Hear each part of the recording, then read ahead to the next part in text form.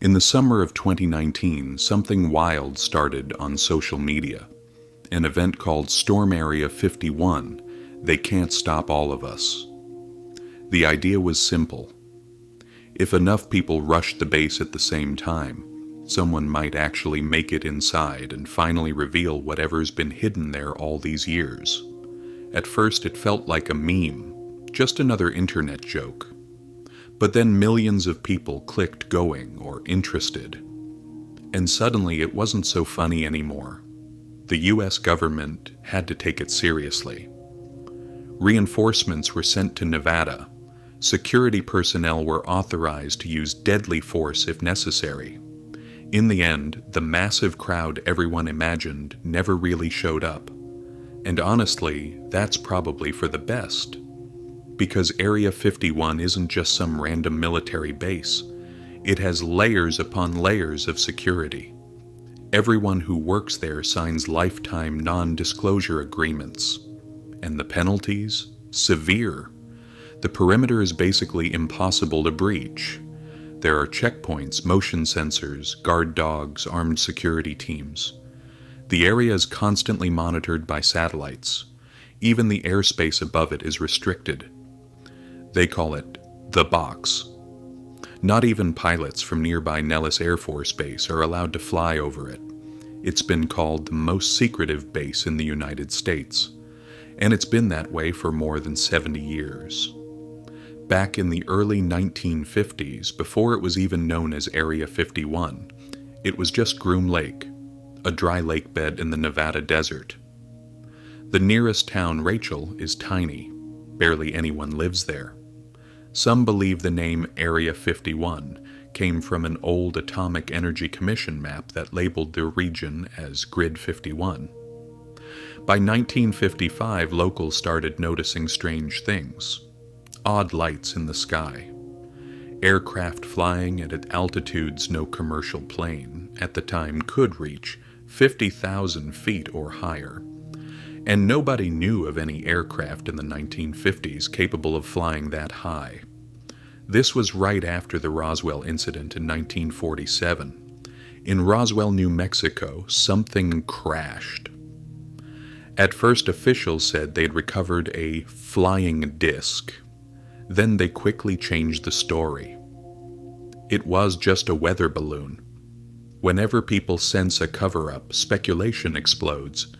And from that point on, UFOs became permanently embedded in American culture. Then in 1989, a man named Bob Lazar appeared on local Las Vegas news. He claimed he worked at a secret site near Area 51 called S4. According to Lazar, his job was to reverse engineer alien anti-gravity propulsion systems. He said inside a hangar he saw what looked like a classic flying saucer, the kind you'd see in a cartoon. He even claimed the US government had 9 alien spacecraft, and he was assigned to analyze one of them. If true, this would completely change the story of Area 51. Not spy planes, not nuclear weapons, alien technology. Lazar said his path there started at Los Alamos after attending a lecture by Edward Teller, often called the father of the hydrogen bomb.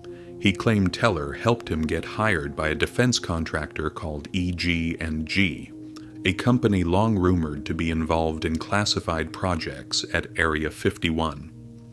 At S4, Lazar said there were antimatter reactors, advanced propulsion systems, and technology far beyond anything humans had built. He even claimed he was given a manual containing images of the alien beings who supposedly piloted the craft. Eventually, Lazar says he was caught bringing friends to watch test flights from a nearby hillside. He was fired and told never to return.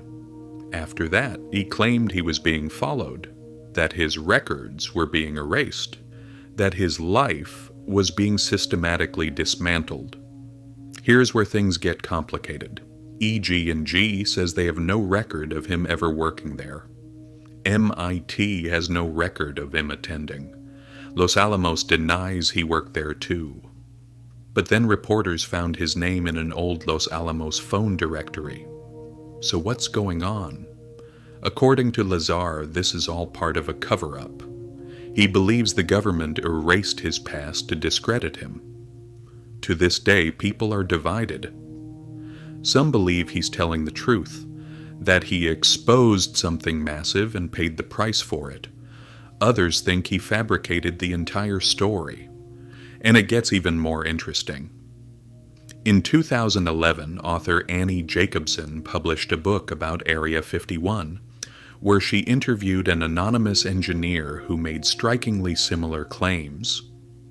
He also mentioned a facility called S4.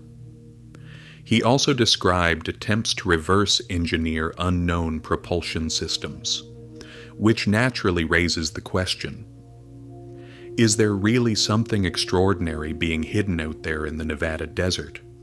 Or is this simply one of the most compelling conspiracy stories of the modern era?